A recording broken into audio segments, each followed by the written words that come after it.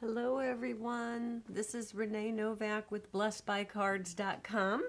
I am here today to share with you this tea bag tutorial. I made a Christmas-like one over the holidays and it was really fun. It just holds a little tea bag inside. And this is another one that I made recently to share with you. And I'm going to be featuring this particular project at one of my stamp camps. So I thought I would just make a video and share it with you. So what you're going to need for this particular project, you're going to need a piece of cardstock that measures 4 1/4 by 7 1/2, and it's scored at 3 3/4 inch. Now I will have all these measurements listed below, and they will also be available on my blog under the tea bag holder tutorial. So don't feel like you need to write everything down. So the other supplies that you will need for this are a piece of 2 1/2 inch square, and either a 2 1/4 or a 2 3/8 inch, depending on how much border you want around your front image. Okay. You'll also need a piece of ribbon to wrap around and keep it closed. And this measures about 10 inches. And if you want to tie a bow, you're going to need a little bit more than 10 inches. But I like to tie my bows ahead of time. And so I just kind of tie them ahead of time and put a little glue dot on them so they're ready to go on the outside of my projects. That's just a personal preference. You can certainly do however you want. The other pieces you're going to need are some designer series paper of your choice. This is the Berry Blessings designer series paper. And if you are watching this video before the end of February 2021, you have an opportunity to get the Berry Blessings set that we're going to use today to create the outside, and the Berry Blessings paper free. With a $100 purchase, you can get both of these items free. So the other thing you're going to need is a strip that measures about 1 inch, 1 1/4 inch, depending on how high you want it to go, by 3 1/2, or if you want it to go the entire width of your project, then it would be 4 1/4 inches. This is a 3-inch square, and all I did was cut it on the diagonal. So you'll have 2 pieces that you can use. I just want to, before we get started, I want to show you a little trick on how you can save paper. So when you're cutting your 4 1/4 by 7 1/2 inch pieces,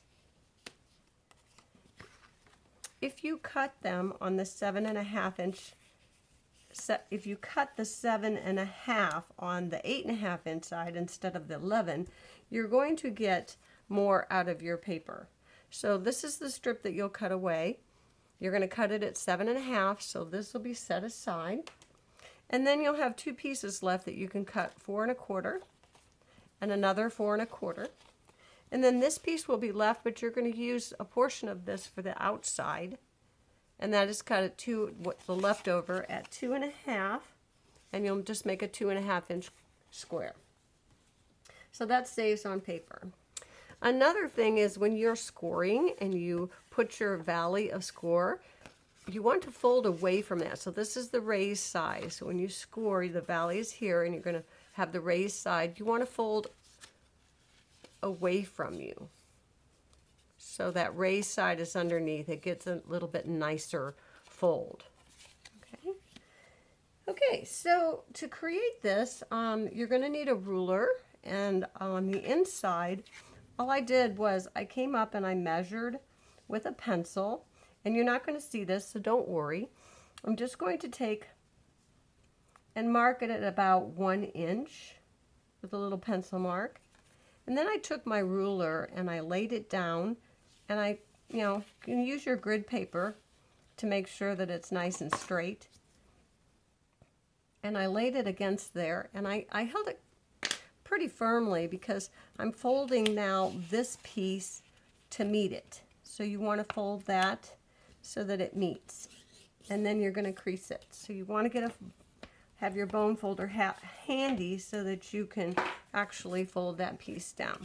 And that's going to be what creates the outside. Okay? So we're going to, on the inside, you can put a little adhesive on the inside and keep that down if you'd like. It's not necessary, but you certainly are welcome to do that to keep it from flapping up. And then you're going to need a piece of strip of sticky tape, either tear and tape, or you could use liquid glue or the Stampin' Seal and Press. And you're going to want to put it on the bottom inside. And then you're just going to peel that away. And then you're going to fold right along the bottom. And if you have any extra cardstock or any extra sticky strip, just take your snips and peel that away. Okay? So the next thing you're going to do is you're going to add your strip of designer series paper to the outside, and you're going to pick one of those diagonals to add on the inside. So you're just going to glue that right on the inside there, place close to the top, and you can just use your snail. You don't have to use heavy-duty tape on this because it's just going to go right inside. And you're just going to adhere that right to the top and right on the edge there so that you can get that to the corner. For me, it's easier to go upside down so that I can see from both angles. And you're just going to stick that down.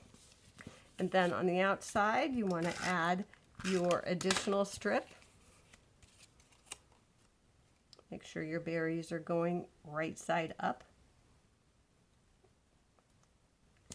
And you just stick that down. And so on your piece of, this is going to be the solid that comes on here, and this is what you're going to stamp your berries in and your leaves. So I'm just bringing a piece of paper here I'm going to grab my Just Jade and pop that open. And sometimes these are a little stubborn. Just ink that up. And I'm going to ink up the outline. So I'm going to do the outline first so that I can kind of see where it's going to go on my paper. I'm just going to stamp that down. And then for the inside, I'm going to stamp off first so that I get a little bit lighter color on my image. And so I'm just going to stamp that right down there. And then the next thing I'm going to do is add my greeting. Now the greeting that I chose for this one is the Bountiful Blessings that came with the berry set. And I'm just inking it up in some black ink, and I'm going to put it right across the top.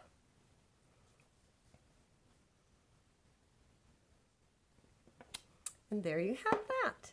So the next thing we have is our berries, and in this set there's an outline and there's a solid piece. And I prefer to use the outline first. This is just a personal preference. You can certainly do it however you want, but for myself, I can see the outline of the berries a little better if I do the outline in the black first. So I'm just going to line it up on the stem, and then I'm going to take the Misty Moonlight for my berries, and I'm just going to add those. And it's a little bit easier for me to see that black. I'm just going to lay that right down there. And there you have it.